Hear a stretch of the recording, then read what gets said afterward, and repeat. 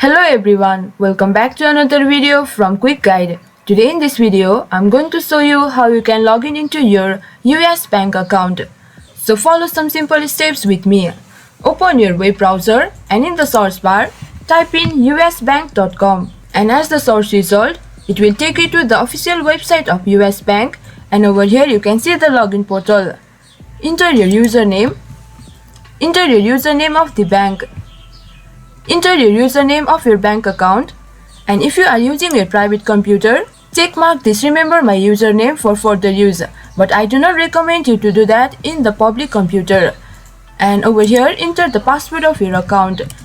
To confirm what you typed, you can click here on the show button, and once you do that, click on login. You will be logged into your US bank account.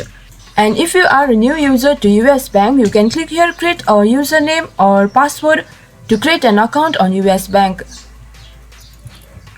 So this much for this video. This is how you can log in into your US Bank account. Hope you guys understand and find our video helpful. If you did, please do not forget to hit the like and subscribe to our channel. And also hit the bell icon for latest videos and drop a comment for reviews and more content like this. I will see you guys again